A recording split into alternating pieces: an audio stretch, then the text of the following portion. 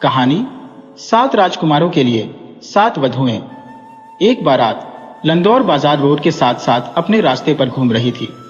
सबसे पहले ढोल, तुरही और झांझ की गूंज के साथ बैंड आया। उसके बाद सड़क पर गाते व नाचते हुए दूल्हे के मित्र और उसके बाद सफेद टट्टू पर बैठा दूल्हा स्वयं आया, जो विवाह की पोशाक में बहुत ही सजीला और सुंदर लग रहा था।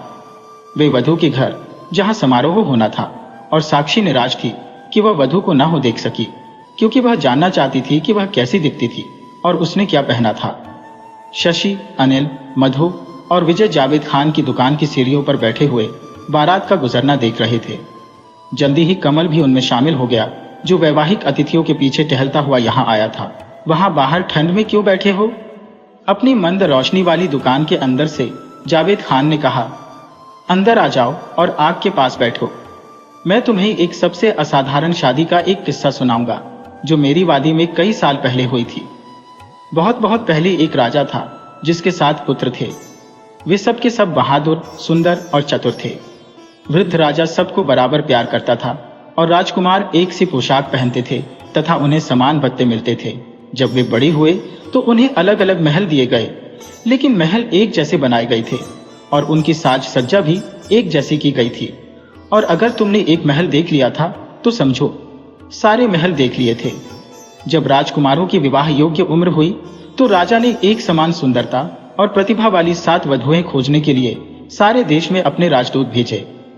राजा के संदेशवाहकों ने हर जगह की यात्रा की, कई राजकुमारियां देखी, लेकिन 7 उपयुक्त वधुएं नहीं ढूंढ सके। जे लौटकर राजा के पास आए और अपनी विफलता के बारे में राजा को बताया। अब तो राजा इतना निराश और दुखी हो गया कि उसके मंत्री ने फैसला किया कि इस समस्या को हल करने के लिए कुछ न कुछ तो करना ही पड़ेगा। उसने कहा, महाराज, इतने मायूस न हो।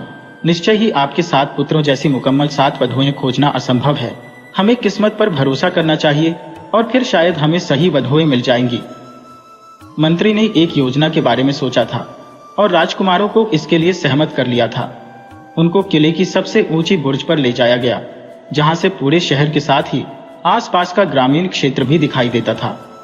राजकुमारों के सामने 7 धनुष और 7 तीर रखे गए थे और उनसे जिस दिशा में वे चाहें उस दिशा में तीर छोड़ने के लिए कहा गया। प्रत्येक राजकुमार ने उस लड़की से विवाह करने की सहमति दी थी जिसके घर पर उसका तीर जाकर गिरेगा, चाहे वह किसी राजकुमार की लड़की हो या किसी किसान की। राजकुमारों ने धनुष उठाए और अलग अलग दिशाओं में तीर छोड़े। सबसे छोटे राजकुमार को छोड़कर सभी राजकुमारों के तीर प्रसिद्ध और अत्यंत प्रतिष्ठित परिवारों के घरों पर जाकर गिरे थे, लेकिन सबसे छोटे राजकुमार द्वारा छोड़ा गया तीर शहर की सीमा से बाहर चला गया था और दृष्टि से ओझल हो गया था। नौकर तीर की तलाश में सभी दिशाओं में दौड़ पड़े और एक लंबी खोज के बाद उसे एक बहुत बड़ी बरगद के पेड़ की शाखा में गड़ा हुआ पाया गया, जिसके ऊपर एक बंदरिया बैठी थी। एक बंदरिया? बच्चों ने आश्चर्य से कहा। क्या राजकुमार ने बंदरिया से शादी की? अनिल ने पूछा। जावेद खान ने जवाब नहीं दिया, लेकिन हुक्के का एक लंबा ताजगी देने वाला कश खींचा और अपने श्रोताओं के ध्यान केंद्रन के दबने का इंतजार करने लगा। जावेद खान ने किस्सा जारी रखते हुए कहा, राजा को बहुत पछतावा हुआ जब उसे पता चला कि उसके सबसे छोटे राजकुमार के तीर ने ऐसा दुर्भाग्यशाली निशाना लगाया है। राजा और उसके दरबारी एवं मंत्रियों ने एक त्वरित बैठक की और फैसला किया कि सबसे छोटे राजकुमार को तीर के साथ एक और अवसर दिया जाना चाहिए। लेकिन हर किसी को चकित करते हुए राजकुमार ने दूसरा अवसर लेने से इनकार कर दिया। मैं शिकायत नहीं करता, उसने कहा। मेरे भाइयों को अच्छी और सुंदर पत्नियां मिली है और यह उनका सौभाग्य है, लेकिन मुझे वह कसम तोड़ने को मत कहो जो मैंने तीर चलाने से पहले ली थी। मैं जानता हूं कि मैं बंदरिया से विवाह नहीं कर सकता, लेकिन चूंकि मैं नहीं कर सकता इसलिए मैं किसी से भी विवाह नहीं करूंगा। इसकी बजाय मैं बंदरिया को घर ले आऊंगा और एक पालतू की तरह से उसकी देखभाल करूंगा। और सबसे छोटा राजकुमार शहर से बाहर गया और बंदरिया को घर ले आया। 6 भाग्यशाली राजकुमारों के खूब धूमधाम से विवाह हुए। शहर में प्रकाश और आतिशबाजी से जश्न मनाया और सड़कों पर संगीत एवं नृत्य हुए। लोगों ने अपने घरों को आम और केले के पत्तों से सजाया था। पूरे शहर में खुशी का माहौल था, सिवाय सबसे छोटे राजकुमार के घर के, जो बहुत अकेला और दुखी था। उसने अपनी बंदरिया के गले में हीरे का एक पट्टा डाला था और उसे मखमल की गद्दी वाली एक कुर्सी पर बिठाया था। राजकुमार ने कहा, ए बंदरिया, आज इस खुशी के दिन तुम भी उतनी ही अकेली हो जितना मैं हूं, लेकिन मैं यहां तुम्हारे ठहराव को खुशियों से भर दूंगा। क्या तुम्हें भूख लगी है? और उसने स्वादिष्ट आमों का एक कटोरा उसके सामने रख दिया तथा उसे उन्हें खाने के लिए राजी कर लिया। वह बंदरिया से बातें करने लगा और अधिकतर समय उसके साथ बिताने लगा। कुछ लोगों ने उसे मूर्ख या जिदोदी कहा, दूसरे सोचते थे कि वह थोड़ा सा पागल है। राजा ने अपने मंत्रियों और बेटों के साथ स्थिति पर चर्चा की और राजकुमार को फिर से होश में लाने और किसी उपयुक्त परिवार में उसका विवाह करने के लिए कोई न कोई रास्ता निकालने का निर्णय किया। लेकिन सबसे छोटे राजकुमार ने अपने पिता, भाइयों और मित्रों की सलाह व मनुहारों को सुनने से इनकार कर दिया। मैंने वचन दिया था, उसने उत्तर दिया, और मेरा वचन पहाड़ की तरह अटल है।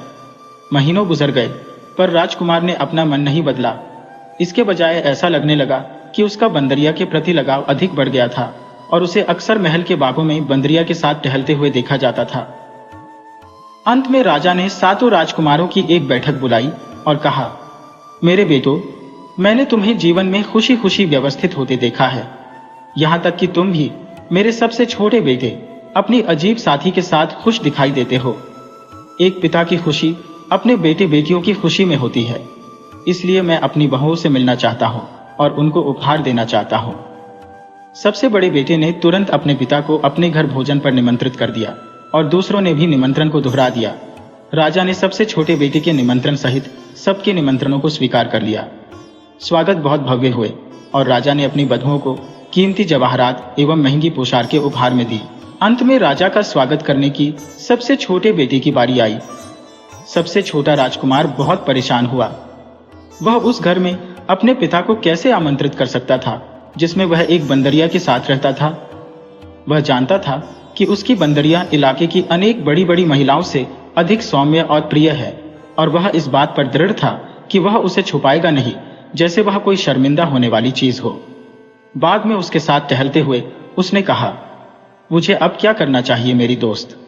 काश परेशानी की घड़ी में मुझे आराम राहत देने के लिए तुम्हारे पास जुबान होती। मेरे सभी भाइयों ने मेरे पिता को अपने घर और अपनी पत्नियां दिखाई है। मैं जब तुम्हें उनके सामने प्रस्तुत करूंगा तो सब मेरा मजाक उड़ाएंगे।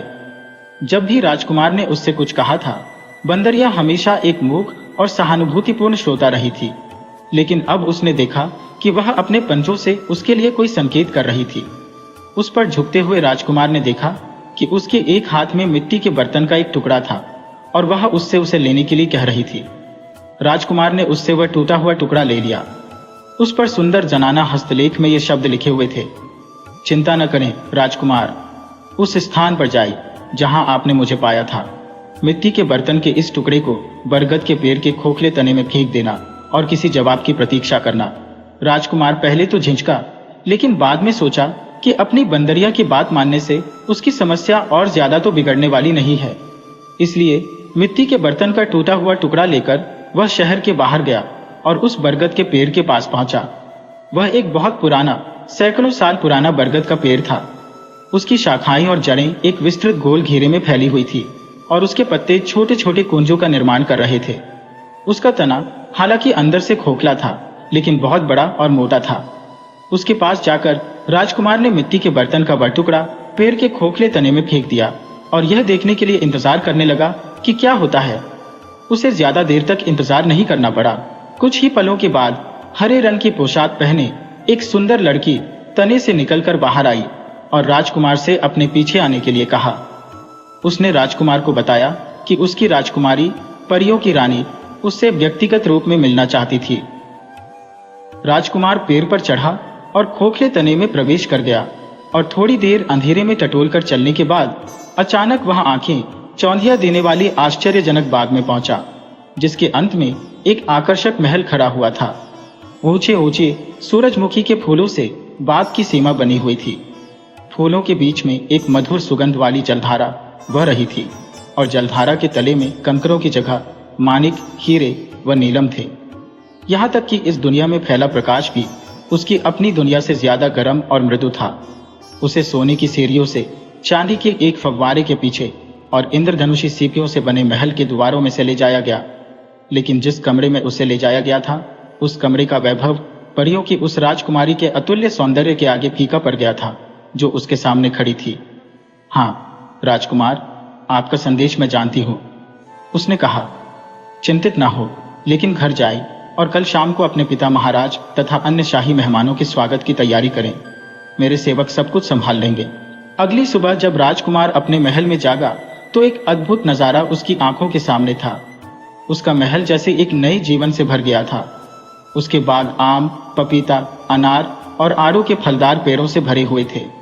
पेड़ों की छाया में स्टॉलें लगी थी जिन पर फल, मिठाइयाँ, इत्र और शरबत उपलब्ध थे। बच्चे लॉन में खेल रहे थे और पुरुष व स्त्रियां संगीत सुन रहे थे। राजकुमार ने जो देखा उससे वह हक्का बक्का रह गया था, और तब तो वह और भी ज्यादा अचंभित हुआ जब उसने अपने महल में प्रवेश किया और वहां भरपूर शोर व गतिविधियां पाई। स्वादिष्ट भोजनों से मेजें लदी हुई थी। छतों से बड़े बड़े झाड़ फानूस लटक रहे थे। फूलों के बंधनवारों की सुगंध ने पूरे महल को महका रखा था। तभी एक सेवक दौड़ता हुआ आया और घोषणा की कि राजा अपने दरबारियों के साथ पधार रहे हैं। राजकुमार उनकी अगवानी के लिए लपका। वह उन्हें स्वागत कक्ष में लेकर आया जिसे सुंदर ढंग से सजाया गया था। वहां भोजन परोसा गया। उसके बाद हर किसी ने राजकुमार द्वारा चुनी गई साथी को देखने पर जोर दिया। हर किसी ने यह सोचा था कि इतने शानदार भोज के बाद बंदरिया को देखना एक मजेदार मनोरंजन होगा। राजकुमार उनके अनुरोध को टाल नहीं सका और उदास मन से बंदरिया की तलाश में अपने कमरे में गया। उसे उस उपहास से डर लग रहा था जिसका उसे सामना करना था। वह जानता था कि यह उसकी अपनी कसम को न तोड़ने की जिद का इलाज करने के प्रयासों का एक तरीका है। राजकुमार ने अपने कमरे का दरवाजा खोला और प्रकाश की चौंध से लगभग अंधा ही हो गया था। कमरे के बीचों बीच सिंहासन पर वही राजकुमारी बैठी थी जिससे वह बरगद के पेड़ के अंदर मिला था। हाँ आइए राजकुमार, राजकुमारी ने कहा, क्योंकि मैंने आपको पिछली बार अपने महल में देखा था तब से मैं आपके सिवाय कुछ भी नहीं सोच सकी हो। मैंने बंदरिया को दूर भेज दिया है और आपको अपने हाथ की पेशकश करने के लिए आई हूँ। यह सुनकर कि उसकी पालतू बंदरिया चली गई है, उसके आंसू फूट पड़े और उसने गुस्से में कहा, यह तुमने क्या कर दिया है? तुम्हारी सुंदरता मेरी मित्र की क्षतिपूर्ति नहीं कर पाएगी। तब राजकुमारी ने मुस्कुराते हुए कहा, अगर मेरा सौंदर्य आपको प्रभावित नहीं करता है तो मेरे आभार के कारण मेरा हाथ थाम लीजिए। देखिए, मैंने आपके पिताजी और भाइयों के लिए इस दावत को तैयार करने में कितना परिश्रम किया है। मेरे पति बन जाइए। दुनिया की सारी दौलत और खुशियां आपके कदमों में होंगी। राजकुमार क्रोधित था। मैंने इस सब के लिए तुमसे कभी नहीं कहा था और न ही मैं यह जानता हूं कि मुझे मेरी बंदरिया से महरूम करने के पीछे क्या चाल है। उसे मेरे पास वापस लाओ, मैं तुम्हारा दास बन जाऊंगा। फिर राजकुमारी ने सिंहासन छोड़ दिया और राजकुमार का हाथ पकड़कर बड़े प्रेम और सम्मान के साथ उससे बोली, आप मुझ में अपने मित्र और साथी को देखिए। मैंने आपके विश्वास और निष्ठा की परीक्षा लेने के लिए ही बंदरिया का रूप रखा था। देखिए, मेरी बंदरिया की खाल उस कोने में पड़ी है। राजकुमार ने देखा कि कमरे के एक कोने में बंदरिया की खाल पड़ी हुई थी। वह और राजकुमारी दोनों सिंहासन पर बैठे और जब राजकुमारी ने कहा, उठो उठो उठो, तभी सिंहासन हवा में ऊपर उठा और तैरता हुआ उस हॉल में पहुंचा जहां अतिथि एकत्र हुए थे। राजकुमार ने राजकुमारी को अपने पिता के सामने प्रस्तुत किया। तुम राजा और अतिथियों के आश्चर्य का अनुमान लगा सकते हो जो वहां मेजबान के रूप में एक बंदरिया को देखने के लिए आए थे। राजा ने अपनी नई पुत्रवधू को अनेक उपहार दिए और जल्दी ही पूरे इलाके में लोग राजकुमार और उसकी सुंदर रानी की प्रशंसा करने लगे। लेकिन ऐसे शानदार लोगों की खुशी का वर्णन करने वाला मैं कौन होता हूं? कहानी परियों के देश में। अगली शाम कश्मीरी की दुकान में एक स्टूल पर बैठे हुए कमल ने कहा, तो यह था वह सबसे असाधारण विवाह जिसके बारे में आपने हमें कल बताया था, जावेद खान। यह एक परी कथा थी। अनिल ने कहा, ऐसी सभी कहानियों का अंत सुखद होता है। ऐसा नहीं है हुजूर, कोई कहानी कभी समाप्त नहीं होती है और खुशी एक ऐसी चीज है जो आती है और चली जाती है। यह इंद्रधनुष की तरह दुर्लभ है। क्या राजकुमार और बाद में राजकुमारी बन जाने वाली बंदरिया के साथ कुछ और हुआ था? शशि ने पूछा। बहुत सी बातें, जावेद खान ने कहा। आओ पास पास आकर इकट्ठे हो जाओ, नहीं तो ठंड तुम्हारी हड्डियों में चली जाएगी। अब सुनो, जावेद खान ने कहा। अन्य राजकुमार जल्दी ही अपने सबसे छोटे भाई के अच्छे भाग्य से ईर्ष्या करने लगे और उसे गिराने के लिए चालें चलने लगे।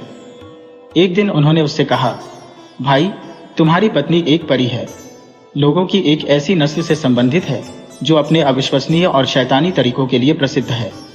हम जानते हैं कि तुमने वह खाल अभी तक रखी हुई है जिसे वह पहले पहनती थी। तुम उसे क्यों रखे हुए हो? तुम कभी नहीं जान सकते कि कब उसका मन बदल जाए और वह फिर से बंदरिया बन जाए। हमारा सुझाव है कि जितना जल्दी संभव हो उस खाल को नष्ट कर दो। राजकुमार ने उनके सुझाव पर सोचा और यह देखते हुए कि उनकी बात में दम है, उसने वह खाल निकाली और जलती हुई आग में झोंक दी। तुरंत आग में से तेज चीखें आने लगी और राजकुमारी खुद धुएं में से प्रकट हुई और महल की तरफ दौड़ी। और उसके बाद पूरा महल, बाग और हर वह चीज जो परी अपने साथ लाई थी एक साथ गायब हो गए। राजकुमार का दिल टूट गया। लेकिन एक मनुष्य और एक वायुपुत्री के बीच में प्रेम कैसे रह सकता है? राजा ने कहा, वह हवा से आई थी और उसी में गायब हो गई है, उसके लिए विलाप मत करो। फिर भी राजकुमार को इससे कोई सांत्वना नहीं मिली और एक दिन सुबह जल्दी वह नगर से निकल पड़ा और इस उम्मीद में उस पुराने बरगद के पेड़ के पास पहुंच गया कि वहां उसकी राजकुमारी का कोई सुराग उसे मिल जाए। लेकिन पेड़ भी वहां से गायब हो चुका था। कई दिन और कई रात तक जंगली फलों को खाकर, जंगली पोखरों से पानी पीकर और खुले आसमान के नीचे सोकर वह गांवों में भटकता रहा। हर दिन वह नगर से दूर अधिक आगे और अधिक आगे चलता गया। एक दिन वह एक ऐसे आदमी के पास आया जो एक टांग पर खड़ा था, दूसरे पैर को हाथ से पकड़े हुए था और चिल्ला रहा था, एक बार मैंने तुम्हें देखा था, एक बार और प्रकट हो जाओ। राजकुमार ने उससे पूछा कि क्या बात हुई थी? तो एक टांग पर खड़े आदमी ने जवाब दिया, मैं इन जंगलों में शिकार कर रहा था, तब मैंने एक बहुत ही सुंदर स्त्री को यहां से जाते हुए देखा था। वह दौड़ी जा रही थी और मेरे पुकारने पर भी रुकी नहीं। मैं उसके सौंदर्य और दुख को देखकर इस प्रकार जरबत हो गया कि मैं अपने स्थान से हिल भी नहीं सकता। और उसने फिर से दोहराया, एक बार मैंने तुम्हें देखा था, एक बार और प्रकट हो जाओ। मैं भी उसी की तलाश कर रहा हूं, राजकुमार ने कहा, तो उसे जल्दी ढूंढो और जब तुम्हें मिल जाए तो कृपया मुझे उसको एक बार और देखने देना। मेरी यह छड़ी निशानी के रूप में लेते जाओ। ये रास्ते में तुम्हारे लिए काम आ सकती है, क्योंकि इसे अपने स्वामी के आदेशों का पालन करने का वरदान प्राप्त है। राजकुमार ने तपते रेगिस्तानों में अक्सर परी राजकुमारी को पुकारते हुए कई दिनों तक सफर किया, लेकिन कोई परिणाम नहीं निकला। अनेक कठिनाइयों का सामना करने के बाद उसे एक नखलिस्तान मिला, जहां उसने एक छोटे से झरने से अपनी प्यास बुझाई। जब वह एक पेड़ की छाया में विश्राम कर रहा था, उसने गिटार के सुर सुने और उस संगीत के स्रोत की तलाश में जाने पर उसे 20 वर्षीय एक सुंदर युवक अपने वाद्य यंत्र पर झुका हुआ उसे बजाने में तल्लीन मिला। संगीत इतना मधुर था कि पक्षी भी खामोश हो गए थे। युवक ने बजाना समाप्त किया और एक लंबी सांस ली और कहा, एक बार मैंने तुम्हें देखा था, एक बार और प्रकट हो जाओ। उसने भी परी को दौड़कर दूर जाते हुए देखा था और उसके सौंदर्य से अपने स्थान पर ऐसे जरबत हो गया था कि जहां वह गिटार बजा रहा था उस स्थान से हिल भी नहीं सकता। संगीतकार ने राजकुमार को अपना गिटार दे दिया और उससे कहा कि इसमें इसका संगीत जहां तक सुना जाएगा वहां तक किसी भी चीज को आकर्षित करने की क्षमता थी। इसके बदले में जब राजकुमार को परी मिल जाएगी तो वह परी को केवल एक बार और देखना चाहता था। राजकुमार ने विशाल पर्वतों और नदियों को पार करते हुए अपना सफर जारी रखा। एक दिन जब वह भारी बर्फ में से धीरे धीरे जा रहा था, उसने फिर से चिल्लाने की आवाज सुनी, एक बार मैंने तुम्हें देखा था, एक बार और प्रकट हो जाओ। इस बार यह एक पीला और पतला दुबला नौजवान था, जिसने उसी परी को पहाड़ों की तरफ दौड़कर जाते हुए देखने वाली कहानी सुनाई।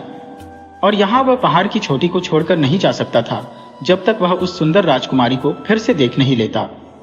उसने एक टोपी राजकुमार को देते हुए कहा, यह टोपी ले लीजिए, जब भी आप इसे पहनेंगे यह आपको अदृश्य कर देगी और यह आपकी राजकुमारी की तलाश में उपयोगी साबित हो सकती है। लेकिन जब वह आपको मिल जाए तो मुझे उसको एक बार देखने देना, नहीं तो मैं यही प्राण त्याग दूंगा। छड़ी, गिटार और टोपी लेकर राजकुमार पर्वतों पर और फिर एक घाटी में गया, जहां उसने बर्फ का एक मंदिर देखा, जिसके खंभे, छत और शिखर सब बर्फ के बने हुए थे। मंदिर के भीतर राजकुमार को एक नमधरंग योगी मिला, जिसने केवल एक कौपीन पहन रखी थी। वह आसन लगाकर जमीन से लगभग 3 फीट ऊपर हवा में अधर में बैठा था। उसका सारा शरीर मंदिर की भीतरी दीवार से छनकर आ रहे प्रकाश में दमक रहा था। राजकुमार हाथ जोड़कर योगी के सामने बैठ गया। योगी ने आंखें खोलकर सीधे राजकुमार की तरफ देखते हुए कहा, मैं तुम्हारी कहानी जानता हूं। तुम जिस राजकुमारी की तलाश कर रहे हो वह परियों के राजा की पुत्री है, जिसका महल कॉकेशस पर्वत के शीर्ष पर स्थित है। राजकुमारी बहुत बीमार है। गुल मेहंदी का यह डिब्बा ले लो, इसमें ठीक करने की शक्तियां हैं और ये ऊनी चप्पलें तुम्हें जहां तुम जाना चाहोगे पहुंचा देंगी।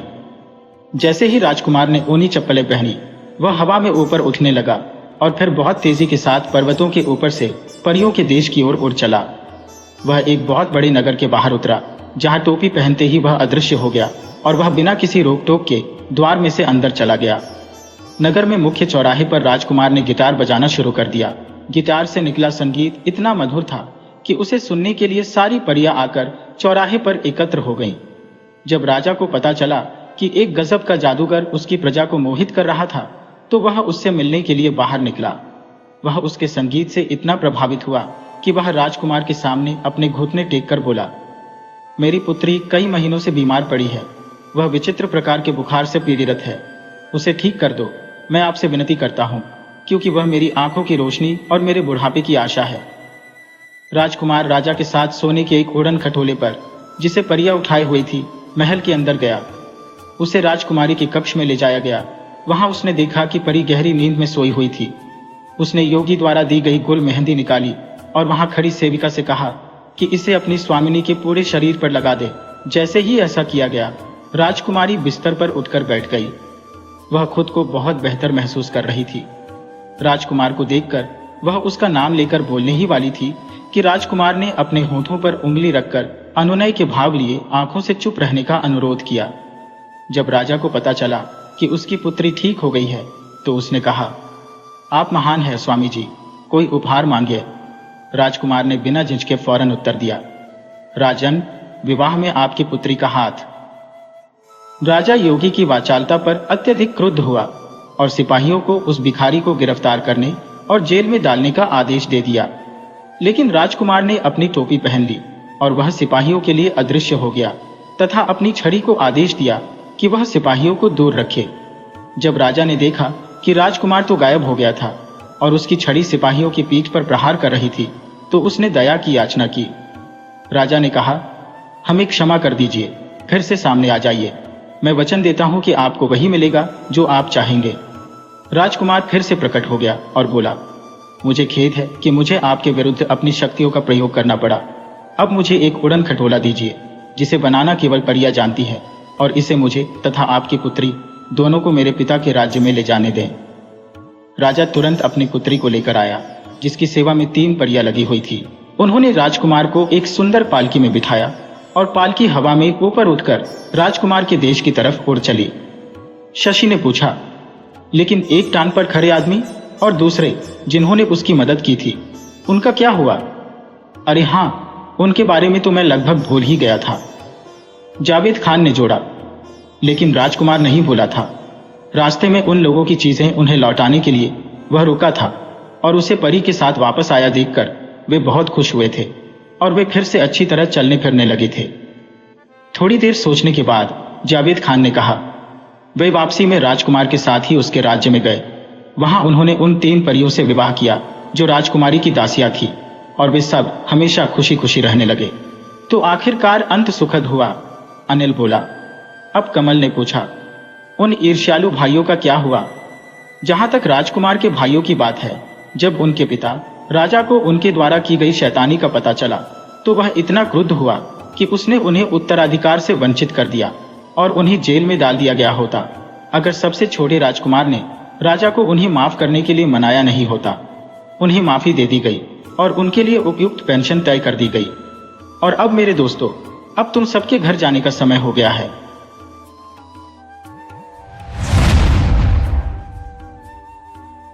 कहानी हाईबंद और जोहरा खातून। किसी के अगर कोई बेटा ना हो तो यह एक बड़े दुख और शर्म की बात है। यह बहुत दिनों पहले की बात है कि एक बहुत ही अमीर सौदागर बहुत दुखी रहता था, क्योंकि उसके कोई बेटा नहीं था। वह यही सोचता रहता था कि कौन उसका नाम आगे चलाएगा, कौन उसका व्यापार संभालेगा। वह किसको अपना इतना सारा पैसा देकर जाएगा। ऐसे ही सवाल उसके दिमाग में हमेशा घूमते रहते थे और उसकी नाउम्मीद आत्मा से एक ही दुख भरा जवाब बार बार आता, मेरे कोई बेटा नहीं है, मेरे कोई बेटा नहीं है। उसने बताए गए समय पर बहुत प्रार्थनाएं की, उसने बताए गए दिनों पर बहुत उपवास किए, उसने बताई गई चीजों के बहुत दान दिए, पर ऐसा लगता था जैसे भगवान की कृपा दिया राज की उसके ऊपर थी ही नहीं, उसके कान उसकी तरफ से खुले ही नहीं थे। ऐसा उसको लगता था। भगवान जो सोचता है वह आदमी के सोचने से मेल नहीं खाता। भगवान की इच्छा थी कि उसको एक बेटा मिले, सो समय आने पर उसकी एक छोटा सा बेटा पैदा हुआ। सौदागर ने उसका नाम हायबंद रखा। जब वह 5 साल का हो गया तो उसने उसको स्कूल भेजना शुरू कर दिया। वह 10 साल का होने तक पढ़ता रहा। एक दिन वह सौदागर अपनी दुकान की खिड़की के पास बैठा हुआ था कि उसकी दुकान के सामने से 2 लड़के फटे कपड़े पहने जा रहे थे। उसने उनको बुलाया और उनसे पूछा कि वे इतने गरीब क्यों थे। उन्होंने उसको बताया कि उनके माता पिता और भाई मर चुके थे और वे अपने किसी ऐसे दोस्त या रिश्तेदार को नहीं जानते थे जिससे वे कोई सहायता ले सके, इसीलिए वे इस तरह मारे मारे फिर रहे थे। यह सुनकर सौदागर को उन पर दया आ गई। वह उनको यह सोचकर अपने घर ले गया कि उसके बेटे को अच्छा साथ मिल जाएगा और साथ में वह उसकी दुकान पर इधर उधर का काम भी कर दिया करेंगे, साथ में उनकी भी सहायता हो जाएगी। उसने उनको अपने बेटे के साथ ही पढ़ाया लिखाया। अब जैसा कि हम देखेंगे कि ये बच्चे उसके लिए बहुत ही बुरे साबित हुए।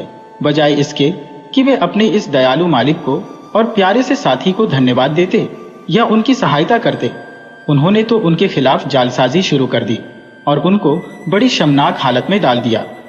वे सौदागर के बेटे हायबंद के साथ रोज स्कूल जाते, पर हायबंद तो बड़ी मेहनत से पढ़ता, जिससे वह तो बहुत होशियार हो गया।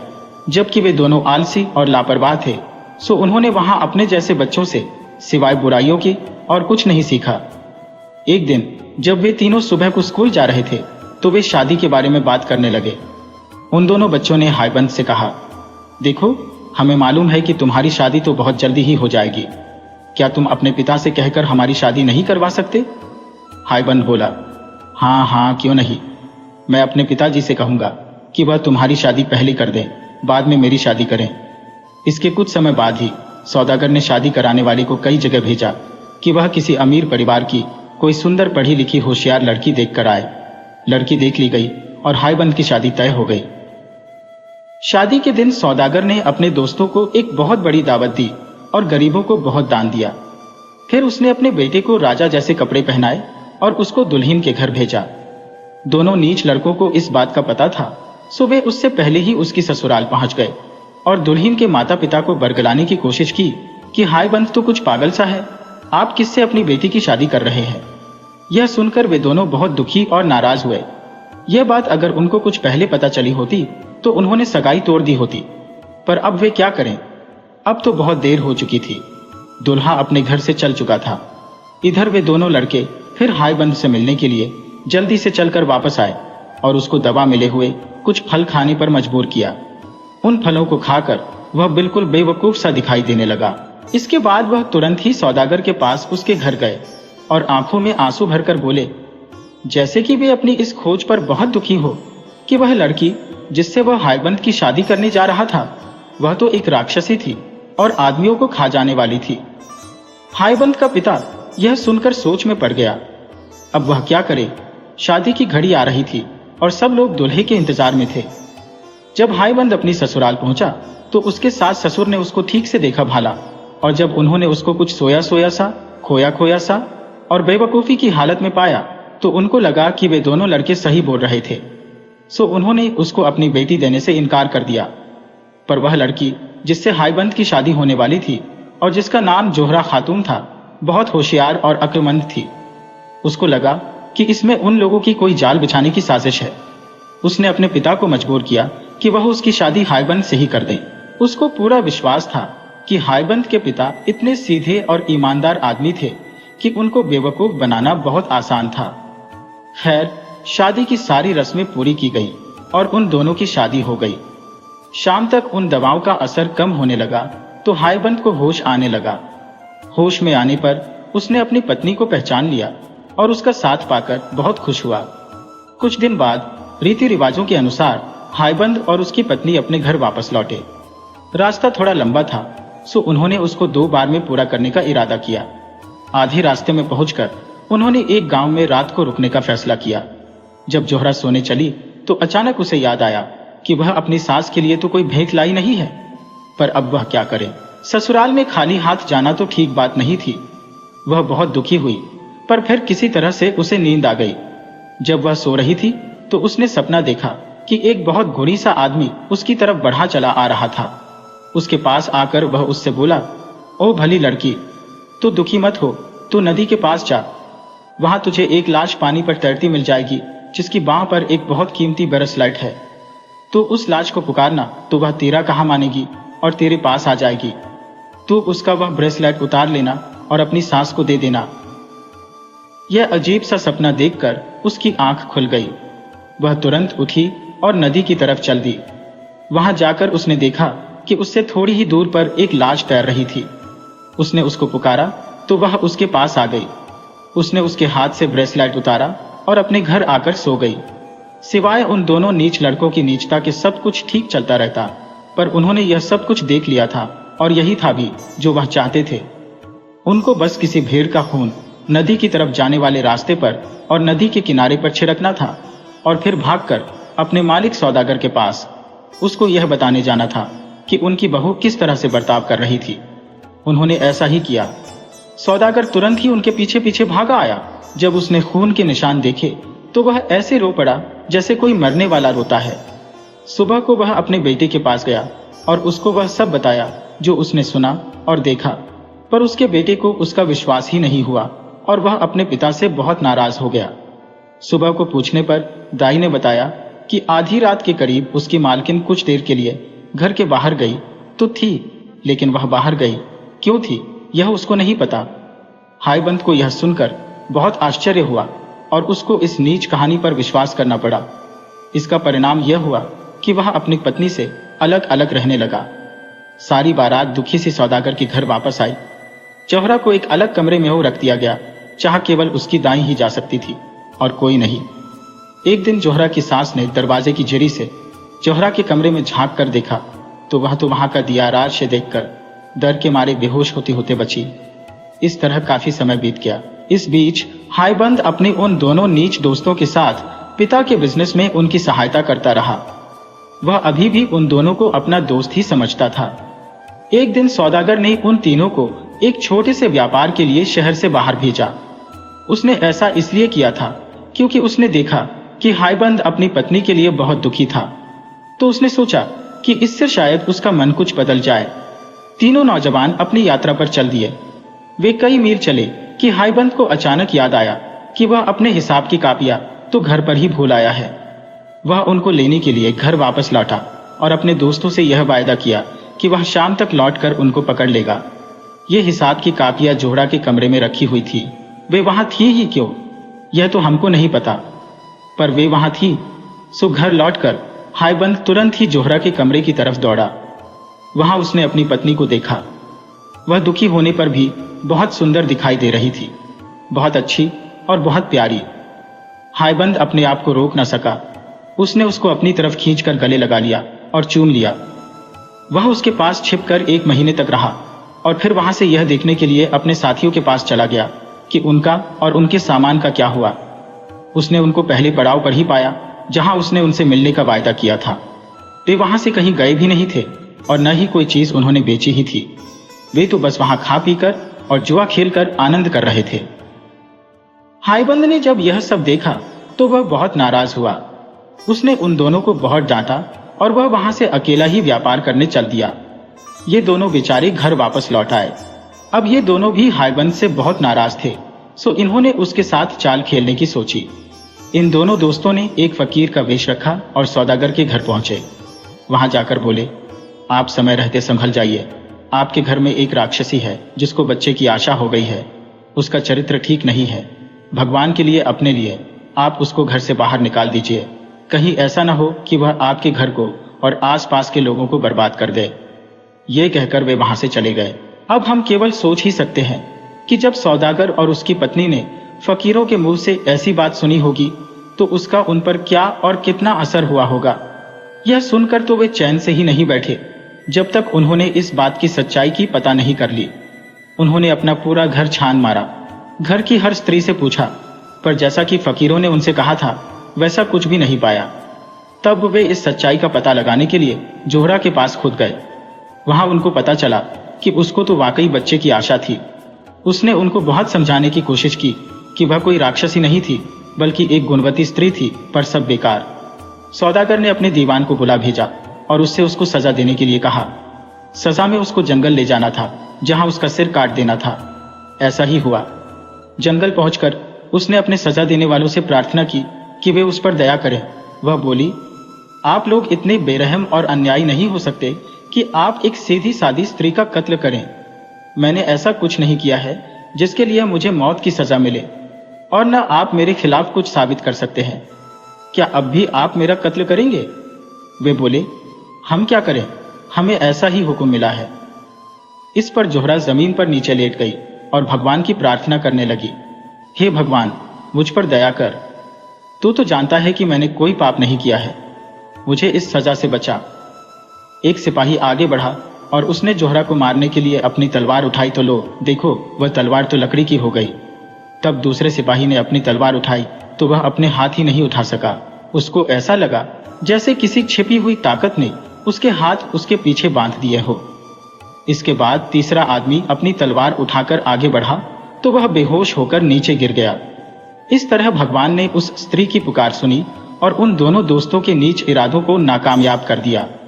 जब सिपाहियों ने यह देखा तो उनको यह विश्वास हो गया कि वे भगवान की इच्छा के खिलाफ काम कर रहे थे। वे बोले, हम तुम्हें नहीं मारेंगे, पर हम तुमसे प्रार्थना करते हैं कि अब तुम हमें यह बताओ कि हम अपने आप को कैसे बचाएं, क्योंकि जब सौदागर और दीवान साहब को पता चलेगा कि हमने उनका हुक्म नहीं माना और तुम्हें नहीं मारा तो वे हमसे नाराज हो जाएंगे और हमको सजा देंगे। हमारे लिए तो उनका यही हुक्म था कि हम तुम्हें मार दें और तुम्हारा सिर ले जाकर उनको दे दें। जोहरा खातून बोली, आप डरे नहीं, कहकर उसने जमीन पर से कुछ मिट्टी उठाई और उसका एक सिर बनाती हुई बोली, मैं इस मिट्टी का अपने सिर जैसा एक सिर बनाती हूं। सिर बनाकर उसने भगवान से प्रार्थना की कि वह इसको मांस और खून का बना दे। भगवान ने उसकी प्रार्थना सुनी। वह मिट्टी का सिर एक जीते जागते हार्ड मांस का सिर बन गया और उससे खून टपकने लगा। वह सिर वह उन सिपाहियों को देकर बोली, लीजिए, यह सिर ले जाकर आप सौदागर साहब को दे दीजिएगा।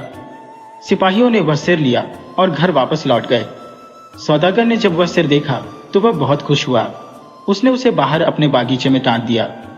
जोहरा खातून कुछ दिन तक जंगल में ही रहती रही और वहां जो भी फल सब्जियां मिले वे खाती रही। कुछ दिन बाद उसने वहां से जाने का विचार किया तो उसने एक पेड़ से कहा कि वह हाईबंद का पता करे और उसको बताए कि उसकी पत्नी कहाँ गई। फिर वह दूसरे देश चल दी। वहां जाकर वह एक बूढ़ी विधवा स्त्री से मिली और उसी के घर ठहर गई। दिन में वह लकड़ियां और कुछ और चीजें चुनने जाती जिनको वह शाम को बाजार में बेच आती। रात को वह उस बुढ़िया के घर में सो जाती। समय आने पर उसने एक सुंदर से बेटे को जन्म दिया। इत्तेफाक की बात कि उसी समय वहां की रानी को भी बच्चा होने वाला था। वह प्रार्थना कर रही थी कि उसके बेटा हो जाए, क्योंकि राजा ने उसको धमकी दी थी कि अगर उसके बेटा नहीं हुआ तो वह उसको मरवा देगा। इसलिए उस बेचारी को बहुत चिंता लगी थी।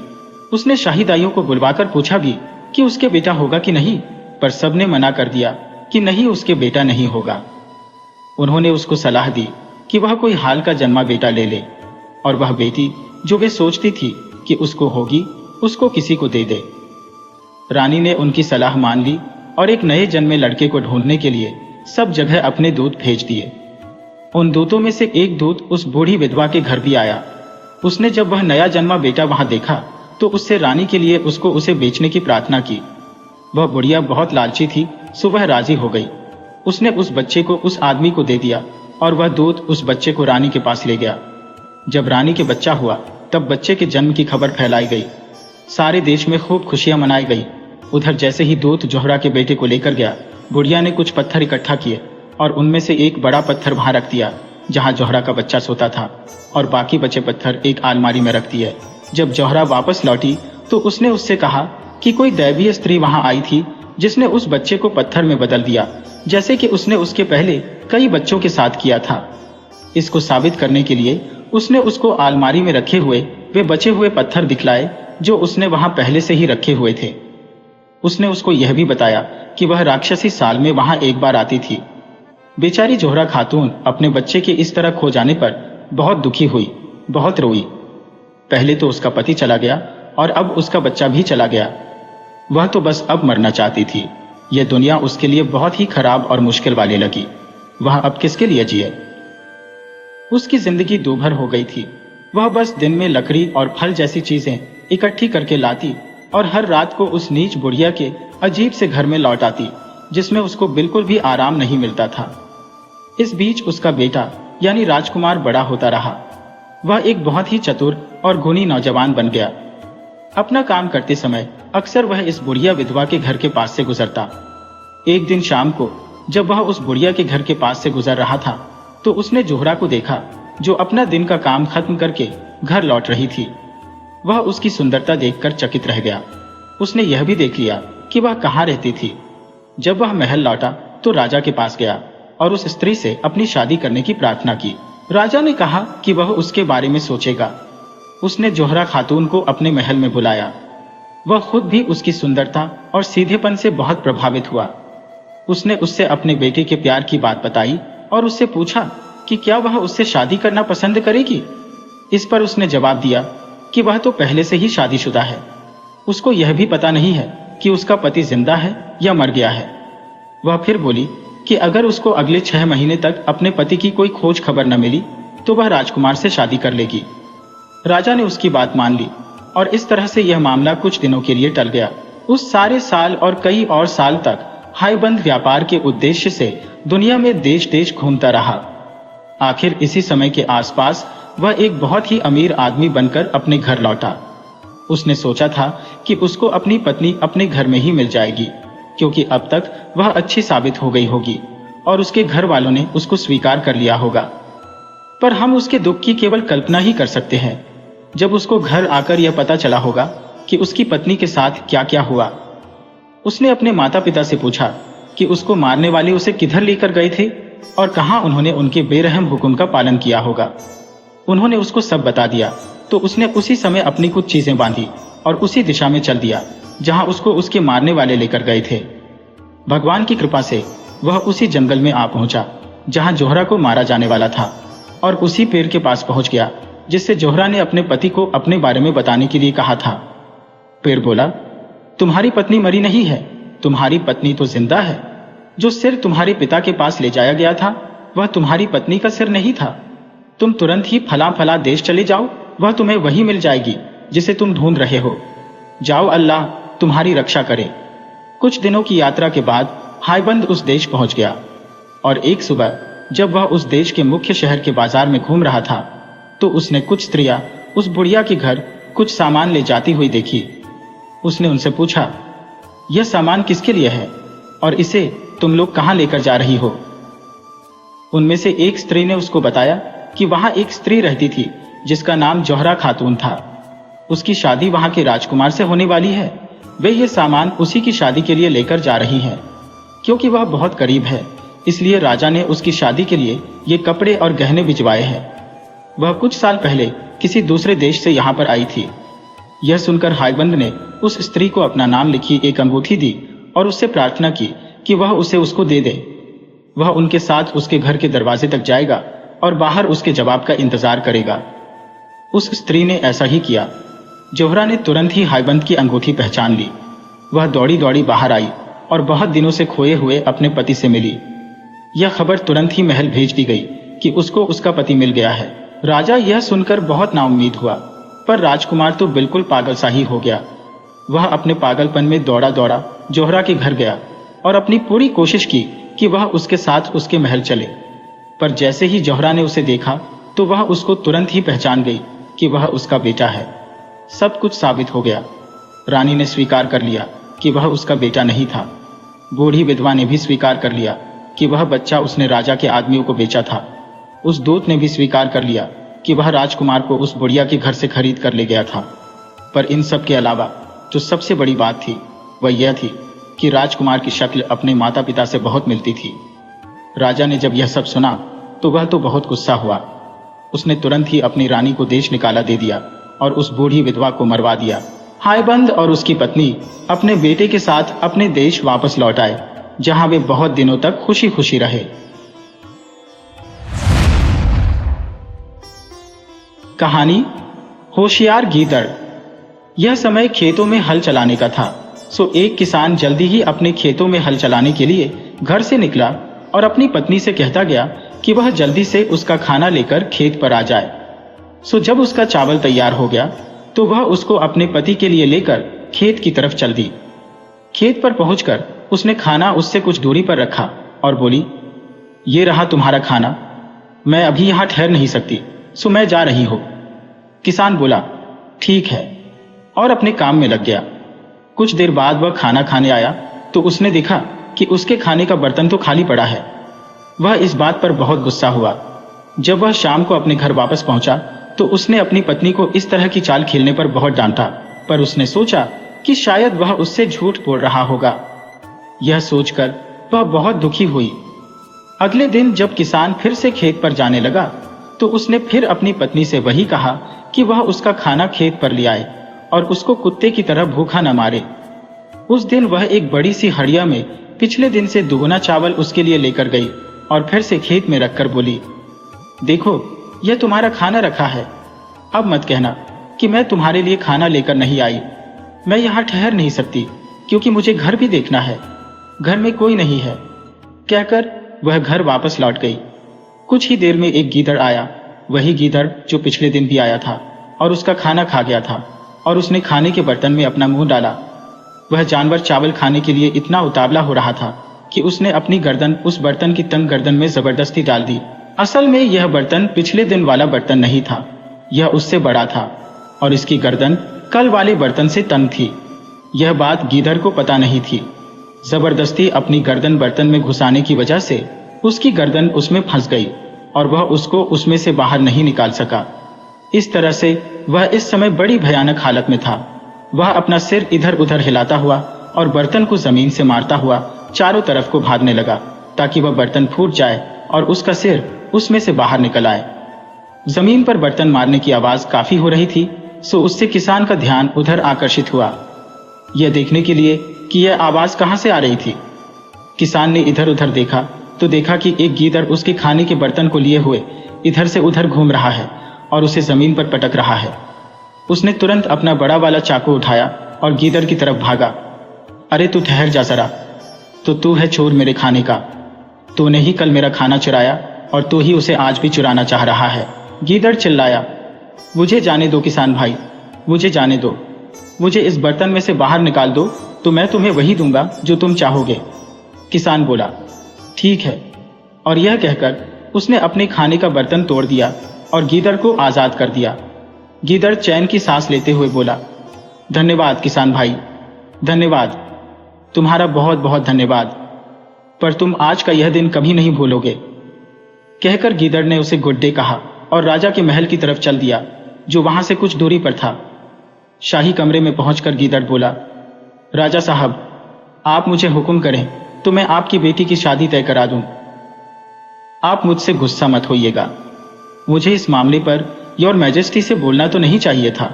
अगर मैंने राजकुमारी के लायक एक लड़का अभी हाल में न देखा होता तो। राजा बोला, तुम उसको यहां लेकर आओ तो फिर हम उसको देखते हैं। सो गीदड़ तुरंत ही उलटे पैरों वापस लौट गया और किसान के घर पहुंचा। उससे उसने तुरंत ही पड़ोसी राज्य के राजा के पास तैयार होकर चलने के लिए कहा। उसने कहा कि वह उसको अपना दामाद बनाने के लिए उसको देखना चाहता था। पहले तो किसान अपने बेपढ़े लिखे और गरीब होने की वजह से कुछ सकुचाया। वह एक राजा से कैसे बात करनी चाहिए, वह इस बारे में क्या जानता था। इतने बड़े लोगों के बीच में कैसे उठना बैठना और बात करना चाहिए, यह भी उसको आता नहीं था। और फिर राजा के पास जाने के लिए उसके पास ठीक से कपड़े भी तो नहीं थे। पर गीदड़ ने उसको राजा के महल जाने के लिए मना ही लिया और उसकी हर हाल में सहायता करने का वायदा किया। सो गीदड़ और किसान राजा के महल की तरफ चल दिए। जब वे राजा के महल पहुंचे तो गीदड़ तो योर मैजेस्टी को ढूंढने चला गया और किसान महल में घुसने वाले कमरे में जूते रखने की जगह के पास वही फर्श पर उकड़ू बैठ गया और राजा का इंतजार करने लगा। गीदड़ राजा के पास पहुंचा और बोला, योर मैजेस्टी, मैं उस लड़के को ले आया हूँ जिसके बारे में मैं उस दिन आपसे बात कर रहा था। वह बहुत ही मामूली कपड़ों में आया है और न कुछ दिखावा ही किया है। वह अपने साथ बहुत सारे आदमी भी नहीं लाया ताकि योर मैजेस्टी को उनको ठहराने की कोई परेशानी न हो। योर मैजेस्टी को इस बात का बुरा नहीं मानना चाहिए, बल्कि उसकी समझदारी की तारीफ करनी चाहिए। राजा ने उठते हुए कहा, बिल्कुल बिल्कुल, चलो मुझे उसके पास ले चलो। गीदड़ राजा को वहां ले आया जहां वह किसान को छोड़ गया था और बोला, यह यहाँ है। राजा गीदड़ से बोला, क्या यह जो जूतों के पास उकड़ू बैठा है? फिर राजा किसान से बोला, अरे दोस्त, तुम वहां ऐसी जगह क्यों बैठे हो? किसान बोला, यह एक अच्छी और साफ सुथरी जगह है योर मैजेस्टी, और यह जगह मेरे जैसे गरीब के बैठने के लिए ठीक है। गीदड़ ने कहा, आप जरा इसकी विनम्रता तो देखिए महाराज कि यह कितना विनम्र है। राजा बोला, तुम आज की रात हमारे महल में रहोगे। कुछ मामले हैं जिनके बारे में मैं तुमसे बात करना चाहूंगा। कल अगर सुविधा हुई तो फिर मैं तुम्हारा घर देख कर आऊंगा। उस शाम राजा किसान और गीदड़ तीनों बात करते रहे। जैसी कि किसान से उम्मीद की जाती थी, किसान बार बार धोखा देता रहा और चालाक गीदड़ बेचारा मामलों को संभालता रहा। आखिर राजा इस रिश्ते के लिए तैयार हो ही गया। पर कल क्या होगा? गीदड़ रात भर अपने दिमाग में इसी बात पर विचार करता रहा। जैसे ही राजा और किसान अगले दिन सुबह उठे तो गीदड़ ने उनसे शादी की इजाजत मांगी और राजा ने हाँ कर दी। तुरंत ही गीदड़ किसान के घर की तरफ गया और उसके घर में आग लगा दी। और जब वे वहां आए तो वह रोता हुआ दौड़कर उनके पास गया और बोला, राजा साहब, मैं आपसे प्रार्थना करता हूं कि आप लोग और पास मत आइए। इस आदमी की जायदाद और मकान सब कुछ जल गया है। लगता है कि यह इसके किसी दुश्मन का काम है। मैं आप लोगों से प्रार्थना करता कि अभी आप लोग यहां से चले जाइए। सो बेचारा सीधा सादा राजा वहां से लौट गया। कुछ समय बाद राजा ने अपनी बेटी की शादी गंवार वे पढ़े लिखे किसान से कर दी। कहानी वाग्भट। कहा जाता है कि महाभारत युद्ध समाप्त हो चुका था और देश में पांडवों का राज्य पुनः स्थापित हो चुका था। एक दिन महाराज युधिष्ठिर ने हस्तिनापुर के विद्वानों और वरिष्ठों को भोजन के लिए निमंत्रित किया। भोजन करवाने के बाद महाराज युधिष्ठिर उनसे संबोधित हुए, महाभारत युद्ध में हमने विजय पाई और समूचे देश पर हमारा शासन है, पर न जाने क्यों मेरा मन उदास है। जैसे मेरे हृदय उद्यान के सघन बौरों पर तुषारपात हो गया है। क्या आप में से कोई महानुभाव मेरी इस उदासी का कारण बता सकता है? कुछ क्षणों के बाद एक वयोवृद्ध महानुभाव ने कहा, महाराज, युद्ध में असंख्य लोगों का खून बहा, लाखों घर बर्बाद है गए, अनेक माताओं की आंखों के तारों को मौत के घाट उतारा गया, दुल्हनों के मेहंदी रचे हाथ फीके पड़ गए, हस्तिनापुर की गलियों और बाजारों में शोणित के नद बह गए। यहाँ का कण कण रक्त रंजित है, इसीलिए आपका मन अशांत एवं उदास है।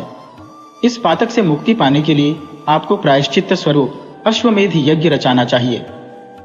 यह सुनकर निर्णय लिया गया कि अश्वमेध यज्ञ रचाया जाए। इस बारे में श्री कृष्ण जी को भी अवगत कराया गया। अब यहाँ यह प्रश्न उठाया गया कि इस यज्ञ में वेद पाठ कौन करेगा तथा यज्ञ के प्रमुख पंडित का पद किसे दिया जाएगा। इस काम के लिए कोई उच्च कोटि का विद्वान तथा महान साधक ही चुना जाना चाहिए। अंत में इस बात का निर्णय लिया गया कि यह पद श्री कृष्ण ही संभाल लेंगे और उन्हें सूचित करने के लिए पांडवों के मंझले भाई भीम को भेजा गया ताकि श्री कृष्ण यज्ञ का श्री गणेश करें। भीम संदेश लेकर द्वारिका नगरी में श्री कृष्ण जी के पास पहुंचे। श्री कृष्ण ने जब भीम से संदेश सुना तो उन्होंने भीम से कहा कि मुझसे भी श्रेष्ठ और उत्तम विद्वान कश्मीर में है। इस विद्वान का नाम वाग्भट्ट है। इन्हीं के कर कमलों से ही यज्ञ का श्री गणेश करवाया जाना चाहिए।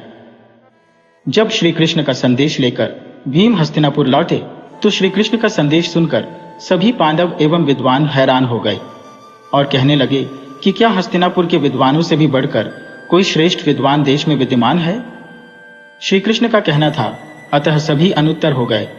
अंत में भीम को कश्मीर की ओर भेजा गया। कई महीनों के पश्चात भीम कश्मीर पहुंच गए। यहाँ पहुंचकर कई लोगों से वाग्भट्ट के बारे में मालूम किया और पूछते पाछते वौग्यहोम गांव पहुंच गए। उन्होंने यहाँ 4-5 व्यक्तियों को एक वृक्ष की छाया में बतियाते पाया। उनके पास जाकर भीम ने उनसे वाग्भट्ट और उनके आश्रम के बारे में मालूम किया। इन लोगों ने जब यह नाम सुना तो ठहाका मारकर हंस पड़े और कहा कि यहाँ वाग्भट्ट नाम का कोई व्यक्ति नहीं, पर यहाँ वाघुर नाम का एक दरिद्र है। वर्षा घाम में हल चलाते चलाते जिसका अंग अंग ढीला हो जाता है, संभवतः उसी ने तुम्हारे सामने अपने बारे में बतंगड़ बनाया होगा। फिर भी जाओ, वह वहां खेत में हल जोत रहा है और वह उधर उसकी झोपड़ी है, वहां उसकी पत्नी से मालूम करना। यह सुनकर भीम झोपड़ी की ओर गया और वहां पहुंचकर वाग्भट की पत्नी से मिला। वह उस समय चक्की पीस रही थी। माता, श्रीमान वाग्भट जी कहाँ हैं? भीम ने पूछा। वत्स, वे वहां उस पेड़ तले हल जोत रहे हैं, वाग्भट की पत्नी ने उत्तर दिया। भीम खेत की ओर चल पड़े। वहां इन्होंने एक काले कलुटे व्यक्ति को, जो केवल कौपीन धारे हुए था, हल जोतते देखा। इसे देखते ही भीम के चेहरे पर घृणा सी छा गई। सोचा, कहाँ हस्तिनापुर के पंडित और विद्वान और कहाँ ये कलुटा दरिद्र। भीम को लगा कि श्री कृष्ण ने कहीं गलती की है। न जाने कहाँ इस नंगर का नाम सुना है। यदि यह उस सम्मेलन में प्रविष्ट होगा तो सब कुछ भ्रष्ट हो जाएगा। भीम यही सोच रहे थे कि वाग्भट की पत्नी भी खेत पर वाग्भट के लिए खाना लेकर आ गई और भीम से पूछ बैठी, वत्स, क्या वाग्भट से मिले? तनिक प्रतीक्षा करो, वे यही इसी वृक्ष की छाया तले भोजन करने आ जाएंगे। कुछ क्षण बीते कि वाग्भट भी वहीं आ गया और एक अतिथि को भी आया पाया। अतिथि से औपचारिकता निभाने के बाद पूछा कि वत्स, तुम मेरे पास किस उद्देश्य से आए हो? मुझसे क्या काम है? भीम असमंजस में पड़ गए कि कहूं या न कहूं, पर उन्हें श्री कृष्ण की आज्ञा याद आई और कहा, हे द्विज श्रेष्ठ, महाराज युधिष्ठिर को अश्वमेध यज्ञ रचाना है। श्री कृष्ण ने आपको इस यज्ञ में सम्मिलित होने और प्रमुख पंडित का पद स्वीकारने का निमंत्रण दिया है। यह सुनकर वाग्भट हंसने लगे और बोले, न जाने कहाँ जाना था और कहाँ आ गए हो। प्रभु ही जाने तुम्हें किसको बुलाना था और तुम किसके पास आ गए। कहाँ वागुर और कहाँ अश्वमेध यज्ञ। मेरे सम्मिलित होने से तो सब कुछ गड़बड़ा जाएगा। अरे, मेरे पास पेट भर भोजन और तन भर कपड़ा नहीं है, मैं अश्वमेध यज्ञ क्या जानूं। यह कहते कहते वाग्भट मैले हाथों ही भात खाने लगे। भीम ने जब उनकी मलिनता देखी तो उसे घिन आ गई। सोचने लगा, यह ठीक ही कहता है, यह वह हो नहीं सकता जिसे भगवान ने इतना ऊंचा दर्जा दिया हो। इसी बीच अचानक ही उसकी दृष्टि बैलों पर पड़ी। उसने देखा कि एक कौवा हल की मूठ पर बैठा है और बैल सही दिशा में स्वतः चल रहे हैं। भीम दृष्टिवान पुरुष थे, अतः उन्होंने इस संकेत को समझ लिया। वाग्भट उठ खड़े हुए और पुनः हल चलाने लगे। भीम वाग्भट से यज्ञ में सम्मिलित होने के लिए काफी अनुनय विनय करते रहे और कई दिन पश्चात वाग्भट ने यज्ञ में शामिल होने की हामी भरी। साथ ही यह शर्त रखी कि मैं उस धरती पर अन्न ग्रहण नहीं करूंगा जो धरती मानव शोणित से रंग गई है। मेरे लिए अत्यंत परिश्रम पूर्वक ऐसे चूल्हे पर अन्न पकाना है जिसका स्पर्श उस मिट्टी से ना होता हो। भीम ने इस शर्त को स्वीकार लिया और वाग्भट को लेकर हस्तिनापुर की ओर चल पड़े। 3 महीनों के बाद वे हस्तिनापुर पहुंच गए। जब श्री कृष्ण ने वाग्भट के आगमन के बारे में सुना तो वे अपने मित्रों सहित वाग्भट के स्वागत के लिए आ गए। श्री कृष्ण ने वाग्भट के पैर पखारे और अत्यंत श्रद्धापूर्वक उन्हें दरबार में लाए। जब वहां के ब्राह्मणों ने इस काले कलूटे व्यक्ति को देखा तो वे खीसे निपोड़ने लगे। वाग्भट यह सब देख रहे थे और मन ही मन हंसते जा रहे थे। अश्वमेध का समारंभ हुआ। श्री कृष्ण ने वाग्भट को ऊंचे आसन पर आसीन किया और स्वयं उनके चरणों के पास बैठ गए। यज्ञारंभ से पहले ब्राह्मणों ने आपस में कानाफूसी शुरू कर दी। जब अग्नि प्रज्वलित करने की बेला आ गई तो एक ब्राह्मण उठ खड़ा हुआ और वाग्भट से कहने लगा, द्विजवर, अग्नि प्रज्वलित कीजिए, अंगारे ले आइए। वाग्भट ने उत्तर में कहा, क्या आप आग से आग जला देंगे? फिर आप में कौन सी विशिष्टता है? हमें विश्वास था कि आप मंत्रोच्चारण से अग्नि प्रज्वलित करेंगे। क्या आज तक किसी ने मंत्रोच्चारण से अग्नि प्रज्वलित की है? वाग्भट ने पूछा। विप्रवर, क्या दीपक राग द्वारा दीपक नहीं जलते? यह सुनकर वाग्भट मौन हो गए और ब्राह्मण जोर जोर से हंसने लगे। बात सही थी।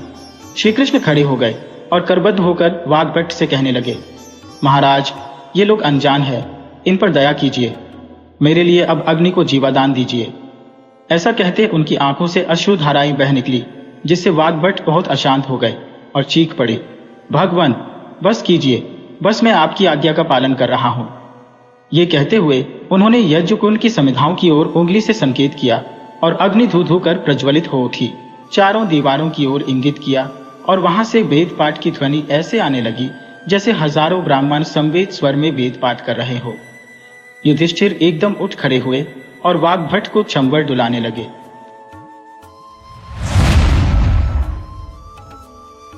कहानी विश्वास। कहा जाता है कि प्राचीन काल में एक तपस्वी ब्राह्मण कश्मीर में रहा करता था। परिवार बड़ा होने के कारण उनका पालन पोषण करने में असमर्थ रहा करता था। वह रात भर अपनी तपस्या में लीन रहता था और दिन भर मेहनत मजदूरी करने में अपने को खपा देता। जितना ही वह नम्र और अच्छे स्वभाव का था, उतनी ही इसकी पत्नी क्रुद्ध और तीव्र स्वभाव की थी, जो उसे हर समय बहुत तंग करती रहती थी। एक दिन ब्राह्मण काम ढूंढने के लिए निकला, पर कहीं भी काम न मिला। शाम को वह डरते डरते आंगन में प्रविष्ट हुआ, पर जो ही उसे पत्नी ने खाली हाथ आते देखा, वह हाथ में दुकरुन, वह छोटी मजबूत टहनी जिससे चूल्हे के अंदर की जलती उपरों की आग को चलाते थे। इसका अगला सिरा अधजला और लंबाई गज भर 3 फुट हुआ करती थी, लेकर आंगन में आई और आग देखा न ताव, पति पर प्रहार करने लगी। दूसरे दिन फिर ब्राह्मण काम की तलाश में निकला, पर इस दिन भी भाग्य ने साथ न दिया। घर पहुंचा तो वहां बच्चों को भूख से तड़पते देखा। यह देख उसका कलेजा मुंह को आया। करता भी क्या, अतः बच्चों को खाली पेट सुला दिया। उसे नींद कैसे आती। सोचने लगा कि भगवान ने स्वयं कहा है कि मैं रात होने से पहले कीड़े मकोड़ों तक के लिए अन्न की व्यवस्था करता हूं। यदि पुस्तकों में लिखी यह बात सही है, तो मेरे कलेजे के टुकड़ों के लिए अन्न की व्यवस्था क्यों नहीं हुई? इनके पेट खाली क्यों रह गए? यह सोचने के पश्चात वह उठ खड़ा हुआ, पुस्तक खोली। वहां बिल्कुल यही लिखा था। अपने आप से कहने लगा, यह गलत है, सरासर गलत। इस बात को पुस्तक से मिटाना ही ठीक है। यह कहकर कलम हाथ में ली और इस वाक्य को ही काट दिया। पुस्तक बंद करके रख दी और लेट गया। अगले दिन प्रातः पुनः काम की खोज में निकल पड़ा। दिन भर काम करने के बाद कई पैसे की कमाई हुई। इन पैसों से सेर भर लगभग 1 किलो आटा खरीदा और घर आ गया।